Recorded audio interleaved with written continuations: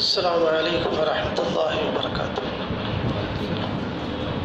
إن الحمد لله نحمده ونستعينه ونستغفره ونعوذ بالله من شرور أنفسنا ومن سيئات أعمالنا. من يهده الله فلا مضل له ومن يضلل فلا هادي له، وأشهد أن لا إله إلا الله وحده لا شريك له، وأشهد أن محمدا عبده ورسوله صلى الله عليه وعلى آله وأصحابه وأزواجه وذرياته وبارك وسلم. يا أيها الذين آمنوا اتقوا الله حق تقاته ولا تموتن إلا وأنتم مسلمون.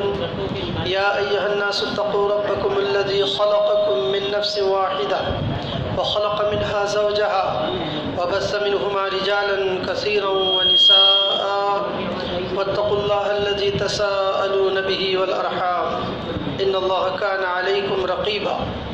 يا أيها الذين آمنوا اتقوا الله وقولوا قولا سديدا يصلح لكم أعمالكم ويغفر لكم ذنوبكم، ومن يطع الله ورسوله فقد فاز فوزا عظيما. أما بعد، فإن أصدق الحديث كتاب الله، وأحسن الهدي هدي محمد صلى الله عليه وسلم، وشر الأمور محدثاتها، وكل محدثة بدعة، وكل بدعة ضلالة، وكل ضلالة في النار. أعوذ بالله من الشيطان الرجيم. بسم الله الرحمن الرحيم. إن الله اشترى من المؤمنين أنفسهم وأموالهم بأن لهم الجنة يقاتلون في سبيل الله فيقتلون ويقتلون وعدا عليه حقا في التوراة والإنجيل والقرآن، ومن أوفى بعهده من الله فاستبشروا ببيعكم الذي بايعتم به وذلك هو الفوز العظيم. وعن أبي قتادة رضي الله تعالى عنه قال: سئل رسول الله صلى الله عليه وسلم عن صوم يوم عرفة قال: يكفر السنة الماضية والباقية. رواہ مسلم. اللہ تبارک و تعالیٰ کی تعریف و توصیف اور جناب محمد رسول اللہ صلی اللہ تعالیٰ علیہ وسلم پر درود و سلام کے بعد، محترم حضرات، ہم عربی کے حساب سے 11واں مہینہ ذوالقعدہ کے آخری عشرے سے گزر رہے ہیں، اور عنقریب 12واں مہینہ ذی الحجہ کا چاند نظر آنے ہی والا ہے۔ اسلاف نے ہمیشہ 3 عشرے کی بہت قدر کی ہے۔ نمبر 1، رمضان المبارک کا آخری عشرہ۔ نمبر 2، ذی الحجہ کا پہلا عشرہ۔ نمبر 3، محرم الحرام کا پہلا عشرہ۔ ان 3 عشروں میں اسلاف بہت زیادہ عبادت و ریاضت، اطاعت و بندگی کیا کرتے تھے۔ چنانچہ رمضان المبارک کے آخری عشرے میں خاص طور سے اللہ تبارک و تعالیٰ کی عبادت و ریاضت، اور اس آخری عشرے کے طاق راتوں میں سے کوئی ایک رات شب قدر کی رات ہونا، یہ ساری باتیں رمضان المبارک کے بیان میں آپ لوگ سن چکے ہیں۔ اس وقت ہم پر جو مہینہ سایہ فگن ہونے والا ہے، جو مہینہ آنے والا ہے، وہ ذی الحجہ کا مہینہ ہے۔ ذی الحجہ کا پہلا عشرہ یعنی پہلا 10 دن، یہ بہت زیادہ اہمیت اور فضیلت کا حامل ہے۔ چنانچہ حضرت عبداللہ ابن عباس رضی اللہ تعالیٰ عنہ کی حدیث ہے، میں حدیث کے جو الفاظ پڑھوں گا وہ امام احمد نے اپنے مسند میں، مسند احمد کے اندر اس کو روایت کیا ہے، اور بخاری میں وہ حدیث ہے لیکن الفاظ کے فرق کے ساتھ ہے۔ وعن ابن عباس رضی اللہ تعالیٰ عنہ قال: قال رسول اللہ صلی اللہ علیہ وسلم: ما من ایام العمل الصالح فيها احب الى الله من هذه الايام، یعنی ایام العشر۔ قالوا یا رسول اللہ ولا الجهاد في سبيل الله؟ قال ولا الجهاد في سبيل الله الا رجل خرج بنفسه وماله ثم لم يرجع من ذلك بشيء۔ رواہ احمد فی مسندہ و رواہ البخاری بمعنی۔ حضرت عبداللہ ابن عباس رضی اللہ تعالیٰ عنہ فرماتے ہیں کہ جناب محمد رسول اللہ صلی اللہ تعالیٰ علیہ وسلم نے فرمایا کہ ایام عشر یعنی ذی الحجہ کی پہلی 10 تاریخ میں جو عمل کیے جاتے ہیں، اللہ تبارک و تعالیٰ کے یہاں سارے ایام میں عبادت کرنے کے مقابلے میں سب سے بہتر ذی الحجہ کے ان 10 دنوں کے عمل ہے۔ صحابہ نے کہ اللہ کے رسول ولل جہاد فی سبیل اللہ، اگر ذی الحجہ کے ان 10 تاریخوں کے علاوہ کسی دوسرے دن کوئی شخص جہاد کے لیے جائے تو جناب محمد رسول اللہ صلی اللہ علیہ وسلم نے فرمایا کہ نہیں، جہاد فی سبیل اللہ بھی ذی الحجہ کے پہلے 10 دنوں کی عبادت کے برابر نہیں ہو سکتا ہے۔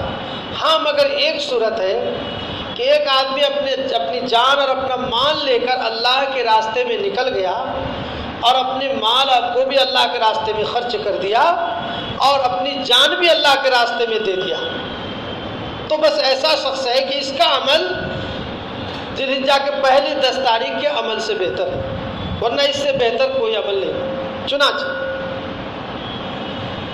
بعض علماء نے یہ کہا کہ ذی الحجہ کے پہلے 10 دن کا عمل یہ رمضان المبارک کے آخری عشرے کے عمل سے بھی بہتر ہے، کیونکہ رمضان المبارک کے آخری عشرے کی طاق راتوں میں سے ایک رات جو شب قدر کی رات ہے، تو لیلۃ القدر خیر من الف شہر، 1000 مہینے سے بہتر قرار دیا گیا ہے۔ ظاہر بات ہے کہ بھئی اگر یہ کہا جائے کہ یہ دن 1000 دنوں سے بہتر ہے، یہ مہینہ 1000 مہینوں سے بہتر ہے، یہ سال 1000 سالوں سے بہتر ہے، تو آپ سمجھ رہے ہیں اگر کوئی یہ کہے کہ یہ دن 1000 دنوں سے بہتر ہے تو اس کا ایک پوزیشن، اس کی مدت آپ سمجھ رہے ہیں ایام سے، دنوں سے۔ اگر کہے کہ یہ مہینہ 1000 مہینوں سے بہتر ہے تو آپ اس کو مہینے کی پوزیشن میں سمجھتے ہیں، دنوں کے مقابلے میں اس میں تاکید زیادہ۔ اگر یہ کہیں آپ کہ یہ سال 1000 سالوں سے بہتر ہے تو اس میں آپ سال کا حساب لگاتے ہیں، تو دن کا حساب لانا، ہفتے کا حساب لانا اور مہینے کا حساب کرنا اور سال کا حساب کرنا، ظاہر بات ہے اس میں فرق ہے۔ تو قرآن مقدس میں لیلۃ القدر کی فضیلت بیان کی کہ لیلۃ القدر خیر من الف شہر، کہ لیلۃ القدر 1000 مہینوں سے بہتر ہے، 1000 سالوں سے بہتر نہیں کہا۔ اور یہاں پر حدیث میں کیا کہہ رہا ہے کہ ما من ایام العمل الصالح فیها احب الی اللہ من هذه الايام، یعنی ایام العشر۔ تو ایام عشر میں جو عمل کیا جاتا ہے، عمل صالح کیا جاتا ہے، وہ اللہ کے نزدیک سب سے بہتر ہے۔ اس لیے بعض علماء نے کہا کہ لیلۃ القدر کی 10 راتوں سے بھی زیادہ بہتر ذی الحجہ کے پہلے 10 راتوں کی عبادت ہے۔ انہوں نے اس حدیث کو دلیل میں پیش کیا۔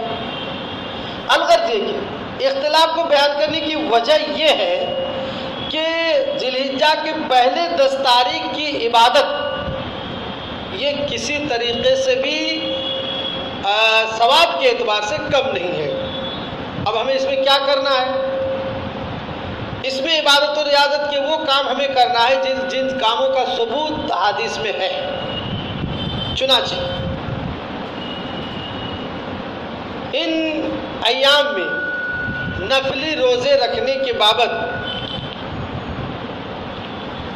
جو باتیں آتی ہیں، حضرت عائشہ رضی اللہ تعالی عنہا بیان کرتی ہے کہ اللہ کے رسول صلی اللہ علیہ وسلم ذی الحجہ کے پہلے جو 10 دن پہلے عشرے میں روزہ رکھا نہیں کرتے تھے، لیکن دوسری روایتوں میں اس کا ثبوت ہے۔ اور علماء نے اس کو اس طور پر ثابت کیا کہ جب 10 دن ذی الحجہ کے پہلے 10 دن کی عبادت سارے دنوں کی عبادت سے بہتر ہے، تو عبادتوں میں سے ایک عبادت روزہ بھی، اس لیے روزہ بھی رکھ سکتے، عموم حدیث سے استدلال کیا ہے۔ لیکن روزے کا ثبوت بہت واضح طور پر نہیں ہو رہا ہے۔ ہاں، ذی الحجہ کے پہلے عشرے میں 9ویں تاریخ، جس کو یوم عرفہ کہا جاتا ہے، عرفہ کا دن، 9ویں تاریخ، ذی الحجہ کی 9ویں تاریخ کو یوم عرفہ اس لیے کہا جاتا ہے، عرفہ کا دن اس لیے کہا جاتا ہے کہ 9ویں تاریخ کو حاجی لوگ وقوف عرفہ کرتے ہیں۔ جو لوگ گئے ہیں وہ لوگ جانتے ہوں گے 8 تاریخ کو احرام باندھ کر طواف کر کے صحیح بین صفا والمروہ کرنے کے بعد 9 تاریخ کو مینا میں آتے ہیں، پھر مینا ہی میں ٹھہرنے کے بعد مینا سے جاتے ہیں دوپہر کے وقت عرفہ میں، وہاں جا کے مقام عرفہ میں جا کے وقوف عرفہ کرتے ہیں، ظہر عصر ایک ساتھ نماز پڑھتے ہیں، اور پھر وہاں سے مغرب کے بعد چلے جاتے ہیں مزدلفہ میں جا کے عبادت ریاضت میں مشغول رہتے ہیں، اور پھر عشاء کے وقت مغرب اور عشاء کی نماز پڑھتے ہیں، رات میں مزدلفہ میں گزارتے ہیں۔ تو یوم عرفہ اس لیے کہا جاتا ہے کہ 9ویں تاریخ کو عرفہ کے میدان میں وقوف کیا جاتا ہے، اس کو یوم عرفہ کہا جاتا ہے۔ اس سلسلے میں بعض علماء نے یہ اختلاف کیا کہ عرفہ کا روزہ یہ کون سا دن ہے؟ ہمارے اور سعودیہ کے حساب سے، ہمارے ہندوستان اور سعودیہ کے حساب سے مطلع اختلاف کا ہوتا ہے، سورج کے طلوع غروب کا اختلاف رہتا ہے، تاریخ کا اختلاف رہتا ہے۔ چنانچہ ہمارے یہاں کے مقابلے میں عام طور پر اکثر ایسا ہوتا ہے کہ ایک دن پہلے سعودیہ میں چاند نظر آ جاتا ہے۔ ہمارے یہاں جب ذی الحجہ کی 8ویں تاریخ ہوتی ہے تو سعودیہ میں ذی الحجہ کی 9ویں تاریخ ہوتی ہے، اور جب ذی الحجہ کی 9ویں تاریخ سعودیہ میں تو وہ وقوف عرفہ کرتے ہیں۔ اس معنی اگر کچھ لوگوں نے یہ کہا کہ 8ویں تاریخ کو آپ کو وہ کرنا ہے، عرفہ کا روزہ رکھنا ہے، لیکن ہم یہ سمجھتے ہیں کہ یہ صحیح نہیں، اس لیے کہ اللہ تبارک و تعالیٰ نے ہر ملک، ہر علاقے کے لوگوں کو اس چیز کا مکلف بنایا۔ آپ یہ بتائیے کتنے چیزوں میں آپ سعودیہ کی موافقت کریں گے؟ نمازوں میں آپ کر سکتے ہیں، ظہر کا وقت، عصر کا وقت، مغرب کا وقت، عشاء فجر کا وقت آپ نمازوں میں کر سکتے؟ نہیں کر سکتے۔ کیا آپ روزے میں کر سکتے ہیں؟ وہاں ایک دن پہلے روزہ رکھتے ہیں۔ کیا آپ عید منانے میں کر سکتے ہیں؟ وہاں ایک دن پہلے عید مناتے ہیں۔ کیا آپ قربانی میں کر سکتے ہیں؟ وہاں ہم سے ایک دن پہلے قربانی ہو جاتی ہے۔ کیا آپ شب قدر کی راتوں کو، جو ہم یہاں جاگتے ہیں تو ہم طاق راتوں میں شب قدر میں یہاں جاگتے ہیں، وہاں تو ہماری طاق رات، وہاں کو تو جوڑ راتیں ہوتی ہیں، ہم لوگوں سے ایک دن پہلے ہی 20ویں رمضان کو ان کے یہاں 21واں ہو جاتا ہے، تو آپ کہاں تک ان کی موافقت کریں گے؟ دوسری بات ایک اور ہے، ایک حدیث میں ہے، حضرت ابو ہریرہ رضی اللہ تعالیٰ عنہ حدیث کے راوی ہیں، اور امام بخاری نے اس حدیث کو اپنے صحیح کے اندر تخریج کیا ہے۔ وعن ابی ہریرہ رضی اللہ تعالیٰ عنہ قال قال رسول اللہ صلی اللہ علیہ وسلم ينزل ربنا تبارک و تعالیٰ کل لیلۃ الی السماء الدنیا حین یبقى ثلث اللیل الاخر۔ دیکھیے اللہ کے رسول کیا فرما رہے ہیں کہ ہر رات اللہ تبارک و تعالیٰ رات کا جب 2/3 حصہ گزر جاتا ہے تو تیسرے تہائی حصے میں اللہ تبارک و تعالیٰ آسمان دنیا میں نزول فرماتا ہے۔ رات کب سے کب تک؟ شرعی رات سورج غروب ہونے کے بعد سے لے کر فجر کی اذان کا وقت، طلوع صبح صادق تک، جب ہم افطاری بند کرتے ہیں، اذان دیتے ہیں فجر کی، یہ ہے رات۔ اس کو 3 حصے میں تقسیم کر کے 2 حصہ گزر جائے تو تیسرے حصے میں اللہ تبارک و تعالیٰ آسمان دنیا میں نزول فرماتا ہے۔ اب دیکھیے آپ، اگر ہمارے یہاں 6:30 7 بجے سورج غروب ہو جائے اور فجر کی اذان ہم 4 بجے دینے لگے تو تقریباً 9-10 گھنٹے ہوتے ہیں۔ اب 9-10 گھنٹے میں آپ 6 گھنٹہ نکال دیجئے، ایک اندازے کے مطابق ہم کہہ رہے ہیں، بالکل کریکٹ حساب نہیں بتا رہے آپ کو، تو اگر آپ 9 گھنٹہ مان لیجئے رات، تو 9 گھنٹے میں سے آپ 6 گھنٹہ نکال دیجئے۔ 7 بجے اگر سورج غروب ہوا تو 7 سے 10 3 گھنٹہ، اور 10 سے 1 بجے تک، تو جب 1 بج گیا تو اللہ تبارک و تعالیٰ آسمان دنیا میں نزول فرماتا ہے۔ اس لیے کہ 2 3 4 بجے تو اذان ہوگی فجر کی۔ تو یہ جو آخری حصہ ہے تہائی رات کا، رات کے تیسرے حصے میں اللہ تعالیٰ آسمان دنیا میں نزول فرماتا ہے۔ یہ کس حساب سے؟ سعودیہ کے حساب سے، انڈیا کے حساب سے، پاکستان کے حساب سے، افغانستان کے حساب سے، کس حساب سے؟ کہاں سے آپ حساب لگائیں گے؟ اگر آپ یہ کہیں گے کہ اللہ تبارک و تعالیٰ سعودیہ کے حساب سے آسمان دنیا میں نزول فرماتا ہے، تو ہمارے یہاں سعودیہ میں 6:30 پونے 7 بجے فجر کی اذان ہوتی، نماز ہوتی ہے، آپ کیا کریں گے؟ تب ہمارے یہاں تو طلوع یعنی صبح صادق کے بعد اللہ تبارک و تعالیٰ کا نزول لازم آئے گا، جبکہ صبح صادق ہو جانے سے رات ختم، شرعی حساب سے رات ختم ہو گیا۔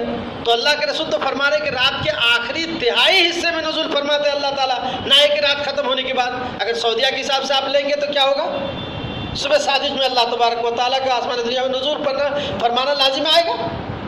اس لیے بہت سے ایسے دلائل ہیں، جو لوگ سعودیہ کے حساب سے افطار کرنا، روزہ رکھنا، عید منانا، بقرعید قربانی کرنا، یہ سب جو لوگ سوچتے ہیں، اتنے احادیث ہیں کہ ان احادیث کے اندر وہ تطبیق نہیں دے سکتے۔ اس لیے قرآن مقدس میں اللہ تعالیٰ نے یہ نہیں کہا کہ سعودیہ میں تمہارے لیے بہترین نمونہ ہے، فرمایا لقد کان لکم فی رسول اللہ اسوۃ حسنہ، اللہ کے رسول میں تمہارے لیے بہترین نمونہ ہے۔ یہ تو نہیں کہا کہ عرب کنٹری میں تمہارے لیے بہترین نمونہ ہے، یہ تو نہیں کہا کہ مکہ میں تمہارے لیے بہترین نمونہ ہے، یہ تو نہیں فرمایا اللہ نے کہ مدینے میں تمہارے لیے بہترین نمونہ ہے، یہ تو نہیں کہا اللہ تبارک و تعالیٰ نے کہ مسجد نبوی اور مسجد حرام اور مسجد اقصی اور مسجد قباء میں تمہارے لیے بہترین نمونہ ہے۔ لقد کان لکم فی رسول اللہ اسوۃ حسنہ، اللہ کے رسول میں تمہارے لیے بہترین نمونہ ہے۔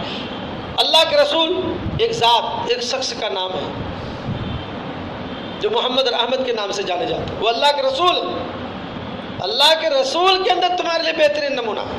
اس لیے یوم عرفہ 9ویں تاریخ ہم جب اپنے یہاں کے حساب سے نماز کا وقت متعین کرتے ہیں اور دیگر تمام عبادتوں کو ہم اپنے اوقات کے حساب سے اپنے ملک میں مانتے ہیں، تو ہر چیز کو ماننا ہوگا۔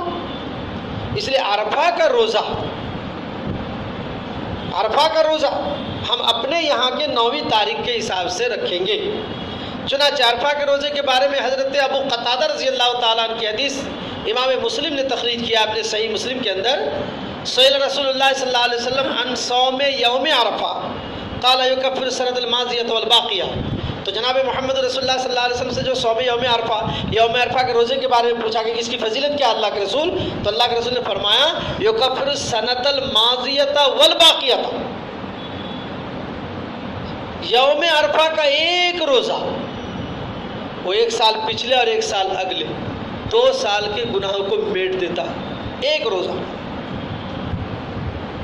آپ موبائل چارج کروانے جاتے ہیں، پوچھتے ہیں ٹاک ٹائم کیا ہے، بھائی 100 کا 110 ہے، 150 کا 160 ہے، 80 کا 85 ہے، آپ خوش ہو جاتے ہیں کہ 5 روپے کا آفر ہے، 10 روپے کا آفر ہے، بھئی وہ 10 روپے والا 100 میں 110 ہے، وہ والا چارج ریچارج کرواتے ہیں۔ دنیاوی اعتبار سے آپ آفر کے بہت دل دادا ہیں۔ اب اللہ تبارک و تعالیٰ آپ کو کتنا بڑا آفر دے رہا ہے، ایک روزہ رکھے، 9ویں تاریخ عرفہ کا ایک روزہ رکھے تو جناب محمد رسول اللہ صلی اللہ علیہ وسلم فرماتے ہیں یکفر السنۃ الماضیہ والباقیہ، ایک روزہ رکھنے کی وجہ سے 1 سال پچھلے 1 سال اگلے گناہ معاف ہوتے۔ کتنا بڑا آفر! ایک عقل مند انسان اگر وہ صحیح طور پر غور و فکر کرے اپنی زندگی کے بارے میں، اپنی آخرت کے بارے میں وہ غور و فکر کرے، تو وہ اس نتیجے پر پہنچے گا اور آپ بھی اسی نتیجے پر پہنچیں گے۔ دیکھیے، ہم صبح سے شام اور شام سے صبح تک اس بات کے مکلف ہیں کہ ہمارے نزدیک سب سے محبوب ذات وہ اللہ تبارک و تعالیٰ کی ذات ہے۔ اللہ کی محبت کے سامنے ہم ہر محبت کو قربان کر سکتے ہیں، لیکن اللہ کی محبت کو ہم نہیں چھوڑ سکتے ہیں۔ جب ہم نے آمنت باللہ کہہ دیا، اللہ پر ہم ایمان لے آئے، بس ہم اس پر ڈٹ گئے۔ اللہ کے رسول نے کیا فرمایا؟ وَإِن قُتِلْتَ وَإِن حُرِّقْتَ، چاہے تمہیں قتل کر دیا جائے، چاہے تمہیں جلا دیا جائے۔ آپ نے آمنت باللہ کہا، کفار و مشرکین آپ کے پیچھے پڑ گئے کہ اللہ کا انکار کرو تو قتل کر دیں گے، کیا کریں گے؟ اللہ کے رسول کیا فرما رہے ہیں؟ وَإِن قُتِلْتَ، تم ڈٹے رہو چاہے تمہیں قتل کر دیا جائے۔ تو آمنت باللہ، اللہ کے ساتھ خوشگوار تعلق جڑ گیا، اللہ سے حقیقی محبت بن گئی آمنت باللہ کہنے کی وجہ سے۔ اب اللہ کی محبت کے سامنے ہم ہر محبت کو ہیچ کر سمجھتے ہیں، کچھ نہیں سمجھتے۔ اگر آپ کو اسی بات پر آمنت باللہ پر ڈٹے رہنے کی وجہ سے اگر آپ کو قتل کر دیا جائے، اس کا نتیجہ کیا نکلے گا جانتے ہیں؟ آپ کی وہ سب سے چہیتا محبوبہ بیوی بیوہ ہو جائے گی کہ نہیں؟ تو بیوی کے بیوہ ہونے کا پرواہ آپ نے کیا اللہ کی محبت کے مقابلے میں؟ نہیں کیا، چاہے بیوی بیوہ ہو جائے، لیکن ہم اللہ کی محبت نہیں چھوڑیں گے۔ آپ کے چھوٹے چھوٹے بچے ہیں نا، کیا ہوں گے؟ یتیم ہو جائیں گے۔ تو بچوں کی محبت انسان پر غالب رہتی۔ آپ نے آمنت باللہ کہہ کر ڈٹ گئے، قتل کر دیے گئے تو بچے یتیم ہو گئے۔ تو بچے کی محبت کو اللہ کی محبت کے سامنے کچھ سمجھا آپ نے؟ گھر بار، بلڈنگ، کاروبار، زمین جائیداد، جو کچھ بھی، ساری چیزوں کی ایک فطری محبت ہوتی ہے، لیکن اللہ کی محبت کے مقابلے میں ہم ان چیزوں کی محبت کو پیچھے رکھتے ہیں، اللہ کی محبت کو ہم مقدم رکھتے ہیں۔ تو یہ کیوں؟ اللہ کی محبت یہ بہت بڑی چیز ہے۔ چنانچہ حضرت ابو قتادہ رضی اللہ تعالیٰ نے جو حدیث بیان کیا، اس نے کیا فرمایا؟ یکفر السنۃ الماضیۃ والباقیہ، ایک سال اگلے پچھلے گناہوں کو معاف۔ اتنا بڑا آفر آپ کے لیے۔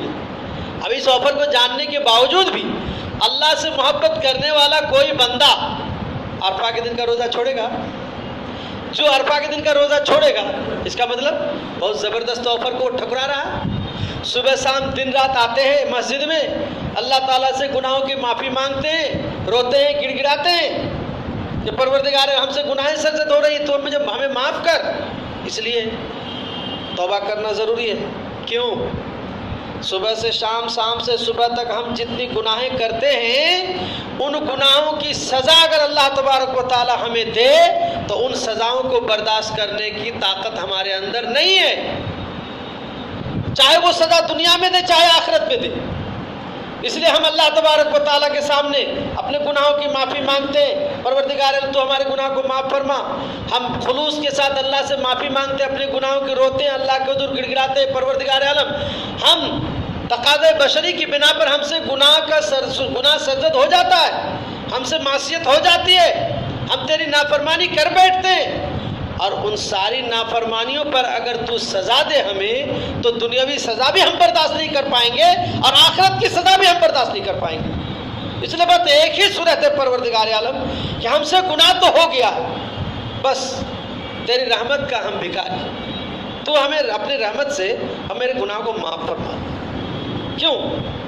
ہم سے جو گناہ ہو رہے ہیں اس گناہوں کی سزا ہم نہیں بھگت سکتے، دنیا میں بھی نہیں، آخرت میں بھی نہیں، ہمارے اندر طاقت ہی نہیں کہ ہم جتنا گناہ کرتے ہیں ان کی سزا ہم بھگت لیں، دنیا میں یا آخرت میں نہیں ہو سکتا کہ پروردگار ہم سے جتنا گناہ ہو گیا ہے ساری سزا ہم کو دنیا میں دے دے۔ برداشت کر سکیں گے آپ ان ساری سزاؤں کو، ان سارے گناہوں کی سزا؟ آخرت میں تو نہیں کر سکتے، دنیا میں بھی نہیں کر سکتے۔ اس لیے اللہ تبارک و تعالیٰ سے ہم معافی مانگتے ہیں۔ اللہ کے رسول فرماتے ہیں یکفر السنۃ الماضیۃ والباقیہ، ایک سال اگلے پچھلے 2 سال کے گناہ معاف ہوتے ہیں ایک روزہ رکھنے سے۔ ابھی صبح صادق 4:15 بجے سحری کھا کے روزہ رکھ لیے، 6:45 سے پہلے تک دن ختم، یہ چند گھنٹے کا روزہ ہے، ہم نے رکھ لیا۔ اس روزے کے لیے وہ تمام شرائط، حدود و قیود ہیں جو روزے کے ہیں، اگرچہ نفلی روزہ ہے، لیکن وہ شروط و حدود اور قیود کو رعایت کرتے ہوئے اگر ہم روزہ رکھیں اور اللہ تبارک و تعالیٰ شرف قبولیت سے نوازے تو ہمارے لیے فضیلت ہے کہ ایک سال پچھلے اور ایک سال اگلے گناہ معاف ہوتے ہیں۔ یکفر السنۃ الماضیۃ والباقیہ، 9 تاریخ کو روزہ رکھیں۔ اب 10 تاریخ کو کیا کرنا ہے؟ 10 ذی الحجہ کو صبح ہم اچھے زرق بر کے لباس پہن کر عیدگاہ جاتے ہیں، اچھے کپڑے پہن کر عیدگاہ جاتے ہیں، اور عید کی 2 گانا کی ادائیگی کے بعد آگے قربانی کرتے ہیں۔ عید کی 2 گانا کی ادائیگی، عید کی نماز پڑھنے جب آپ جاتے ہیں رنگ ریلیاں کرتے ہیں، مستی کرتے ہیں؟ نہیں، بڑی سنجیدگی اور متانت کے ساتھ ہم عیدگاہ جاتے ہیں۔ کیا کہتے ہیں؟ دعا پڑھتے ہوئے جاتے ہیں۔ اس دعا میں کیا ہے؟ اللہ تبارک و تعالیٰ کی تکبیر اور بڑائی بیان کرنا، کبریائی اور بڑائی، اللہ تبارک و تعالیٰ کی توحید اور وحدانیت کا بیان، اور اللہ تبارک و تعالیٰ کی تعریف اور مدح سرائی ہے۔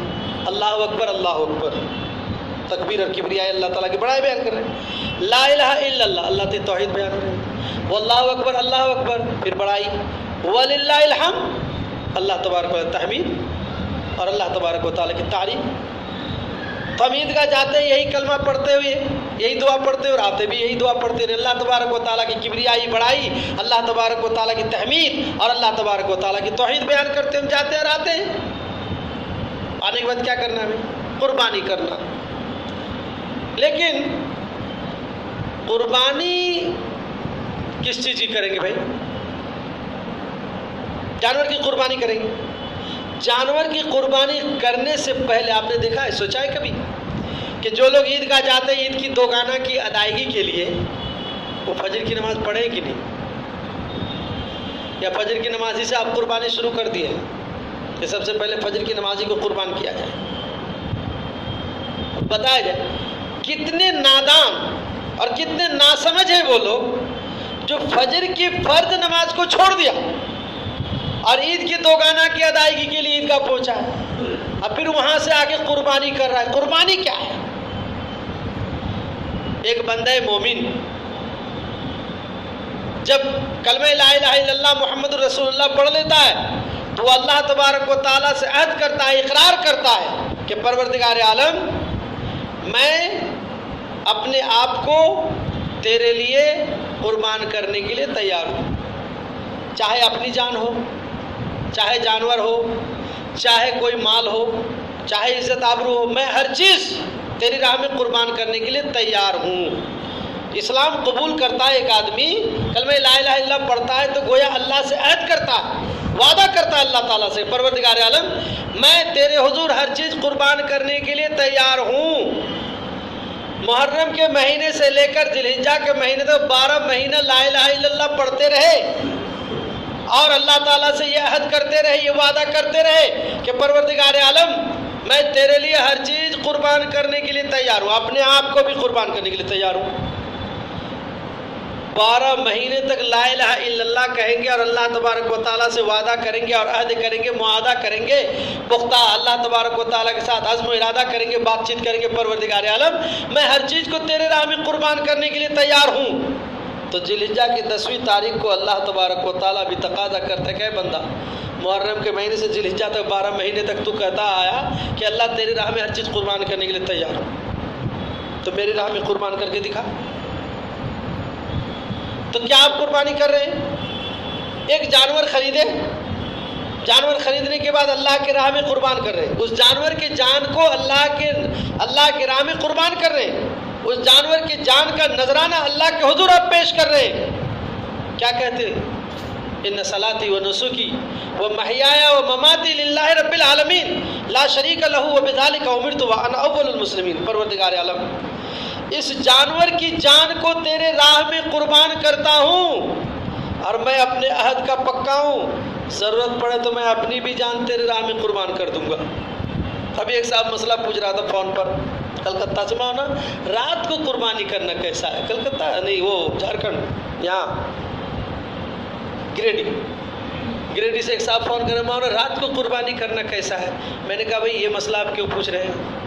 کہا اصل میں چھپ کر قربانی کرنا ہے۔ تو میں کہا پہلے یہ مسئلہ پوچھو کہ چھپ کر قربانی کرنا کیسا ہے؟ میں کہا قربانی بھی کہیں چھپ کر ہوتی ہے، قربانی کہیں چھپ کر ہوتی ہے۔ میں کہا چھپ کر قربانی نہیں صحیح، اس لیے رات کو قربانی چھپ کر کریں گے صحیح نہیں۔ تو مسئلہ یہ ہے کہ آپ قربانی کرتے، قربانی کا مفہوم کیا ہے؟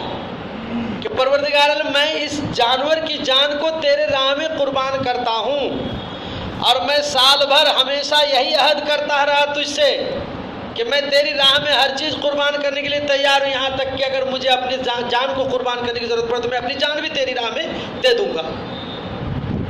اس طریقے پر آپ جانور کی گردن پر چھری پھیر کر اللہ تعالیٰ سے پھر عہد کر رہے ہیں۔ گویا سال بھر جس چیز کا آپ نے عہد کیا، اقرار کیا، وعدہ کیا، آج ایک جانور کی گردن پر چھری پھیرتے ہوئے اللہ تبارک و تعالیٰ کے سامنے اس کا ایک ادنا سا نمونہ پیش کر رہے ہیں کہ پروردگار عالم یہ قربانی کا جانور ہے، اس کی جان کو تیری راہ میں قربان کر رہا ہوں، اور یہ ایک ادنا سے جھلک ہے قربانی کا، میں تیری راہ میں ہر چیز قربان کرنے کے لیے تیار ہوں، اس کی ایک ادنا سے جھلک یہ ہے کہ میں جانور کی جان کو تیری راہ میں قربان کر رہا ہوں، ورنہ میرا جو عزم ارادہ ہے قربانی کا وہ تو بہت بڑا ہے پروردگار عالم کہ تیری راہ میں ہر چیز میں قربان کرنے کے لیے تیار ہوں، اپنے آپ کو قربان کرنے کے لیے تیار ہوں۔ یہ قربانی کا جانور یہ ادنا سے جھلک ہے آپ کے عہد کا، آپ کے اقرار کا جو اللہ تبارک و تعالیٰ سے آپ کرتے ہیں۔ تو اللہ تبارک و تعالیٰ کے نام پر جب قربانی کریں گے تو چھپ کر کیسے کریں گے بھائی؟ اللہ کے نام پر قربانی کریں اندھیرے میں کیسے کریں گے؟ لیکن اب ہم اپنے ملک کے کچھ قوانین اور کچھ ضوابط ایسے ہو رہے ہیں کہ چین سکون اطمینان شانتی اور طمانینت اور تہذیب تمدن ثقافت اور سویلائزیشن اور سٹیزن شہریت کی بھی بہت ضرورت ہے، اس لیے ہم چین سکون اطمینان کے ساتھ ہی قربانی کرنا چاہتے ہیں، اس لیے کہ قربانی عید قرباں اور عید الفطر کا ایک پیغام ہے، عید قرباں اور عید الفطر کا ایک پیغام، وہ پیغام کیا؟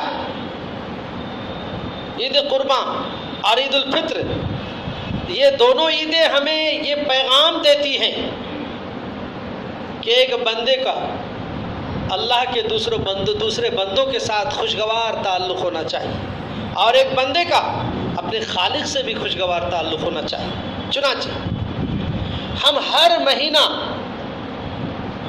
جب نیا چاند دیکھتے ہیں تو دعا پڑھتے ہیں، لیکن خاص طور سے رمضان المبارک کا چاند، عید الفطر کا چاند اور ذی الحجہ کا چاند، اور اس طرح چند مہینے ایسے ہیں کہ جن مہینے کے چاند کو ہم خاص طور سے دیکھنے کی کوشش کرتے ہیں اور بہت شوق سے دیکھتے ہیں۔ کچھ مہینے ایسے ہیں کہ ان مہینوں کے چاند ہم نہیں دیکھ پاتے ہیں یا نہیں دیکھتے ہیں یا دیکھنے کا شوق نہیں ہے، لیکن چند مہینوں کے چاند ہم خاص طور سے دیکھنے کی کوشش کرتے ہیں اور خوش ہوتے ہیں اور اپنے دوسرے مسلمان بھائیوں کو دکھاتے ہیں کہ بھئی دیکھیے چاند نظر آیا، ذی الحجہ کا چاند، یہ رمضان مبارک کا چاند، یہ عید الفطر کا چاند۔ یہ کچھ چاندوں کو ہم بہت شوق اور ذوق کے ساتھ، بڑی محبت کے ساتھ اور بڑی عقیدت مندگی کے ساتھ کچھ چاندوں کو ہم دیکھتے ہیں، کچھ مہینے کی چاندوں کو۔ تو چاند جس مہینے کا بھی آپ دیکھیں، نیا چاند دیکھیں تو آپ کیا دعا پڑھیں؟ جناب محمد رسول اللہ صلی اللہ علیہ وسلم نے ہمیں چاند دیکھ کر دعا پڑھنا سکھایا۔ چنانچہ حضرت طلحہ بن عبید اللہ رضی اللہ تعالیٰ عنہ اس حدیث کے راوی ہے، وعن طلحہ بن عبید اللہ رضی اللہ تعالیٰ عنہ قال ان النبی صلی اللہ علیہ وسلم کان اذا رأى الہلال قال اللہم اہلہ علینا بالامن والایمان والسلامۃ والاسلام ربی وربک اللہ ہلال الرشد وخیر۔ رواہ الترمذی ابواب الدعوات باب ما یقول اذا رأى الہلال۔ اس حدیث کو ترمذی نے اپنی کتاب سنن کے اندر تخریج کیا ہے، اور ابواب الدعوات کے اندر دعاؤں کے بیان میں کہ ایک آدمی جب چاند دیکھے تو کیا دعا پڑھے، نیا چاند دیکھے تو کیا دعا پڑھے، اس کے تحت اس حدیث کو لایا ہے۔ حضرت طلحہ بن عبید اللہ کہہ رہے ہیں کہ جناب محمد رسول اللہ صلی اللہ علیہ وسلم نے بیان فرمایا، محمد صلی اللہ علیہ وسلم جب نیا چاند دیکھتے تو آپ یہ دعا کرتے، اللہم اہلہ بالامن والایمان والسلامۃ والاسلام۔ اس کے اندر 4 الفاظ ہیں، امن، ایمان، سلامت، اسلام، یہ 4 لفظ ہیں۔ امن اور سلامت، اس کا تعلق اللہ کی مخلوق کا دوسرے مخلوق کے ساتھ ہے، اور ایمان اور اسلام اس کا تعلق ایک مخلوق کا اپنے خالق سے ہے۔ امن اور سلامت کس کو کہتے ہیں؟ امن کہتے ہیں کہ آپ کسی دوسرے کو تکلیف نہ پہنچائیں۔ سلامت کس کو کہتے ہیں؟ کوئی دوسرا آپ کو تکلیف نہ پہنچائے، آپ کسی کو تکلیف نہ پہنچائیں، آپ کو کوئی تکلیف نہ پہنچائے۔ تو جب آپ کسی کو تکلیف نہیں پہنچائے، کوئی آپ کو تکلیف نہیں پہنچایا، تو اس سے تو ایک بندے کا بندے کے ساتھ خوشگوار تعلق ہی پیدا ہوگا۔ بھائی آپ کو ہم نے تکلیف پہنچا دیا، خوشگوار تعلق بولا جائے گا اس کو۔ آپ نے ہمیں تکلیف پہنچایا کسی بھی معاملے میں ہو تو اس کو خوشگوار تعلق بولا جائے گا۔ خوشگوار تعلق تو تبھی کہا جائے گا جب آپ بھی ہم کو تکلیف نہ پہنچائے، ہم بھی آپ کو تکلیف نہ پہنچائے، تو لوگ کہیں گے بھائی ان دونوں کے درمیان، ان لوگوں کے اندر خوشگوار تعلق ہے۔ یہ ہے امن سلامت۔ ایمان اور اسلام، اسلام اللہ تبارک و تعالیٰ کی ظاہری عبادت و ریاضت، اور ایمان یہ قلبی عبادت و ریاضت، باطنی عبادت و ریاضت کو کہتے ہیں۔ ایک آدمی اللہ تبارک و تعالیٰ کی ظاہری اور باطنی دونوں اعتبار سے عبادت و ریاضت کرتا ہے تو اس کا مطلب اس کا اللہ تبارک و تعالیٰ سے بھی تو خوشگوار تعلق ہے۔ ہر مہینہ ہم چاند دیکھ کر یہ دعا پڑھتے ہیں کہ پروردگار عالم اس مہینے کے چاند کو ہمارے لیے ایسا بنا، اس مہینے کو ہمارے لیے تو ایسا بنا دے کہ ہمارا تعلق تیرے بندوں کے ساتھ بھی خوشگوار رہے اور تیرے ساتھ بھی خوشگوار تعلق رہے۔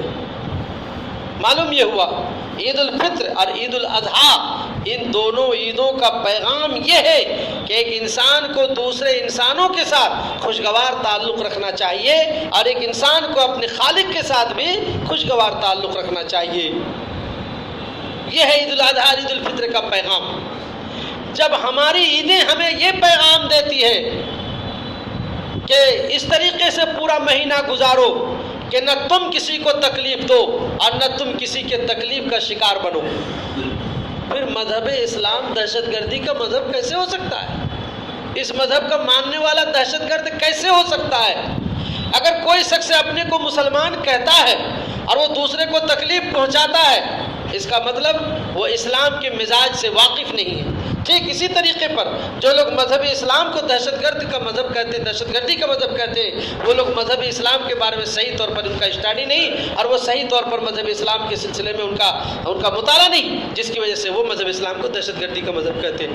اس لیے ضرورت اس بات کی ہے کہ جہاں ہمیں ان ذی الحجہ کے پہلے 10 تاریخ کو عبادت و ریاضت کرنا ہے، خاص طور سے 9ویں ذی الحجہ کو روزہ رکھنا ہے، 10ویں ذی الحجہ کو ہمیں قربانی کرنا ہے، اور اس طریقے سے چین سکون اطمینان کے ساتھ خود بھی رہنا ہے، اپنے دیگر بھائیوں کو بھی چین سکون اطمینان کے ساتھ رکھنا ہے، خود کسی کے ظلم و ستم کا ہم شکار نہ بنیں اور ہم کسی پر ظلم و ستم نہ کریں۔ ان چیزوں کا خیال خاص طور سے ہمیں رکھنا ہوگا۔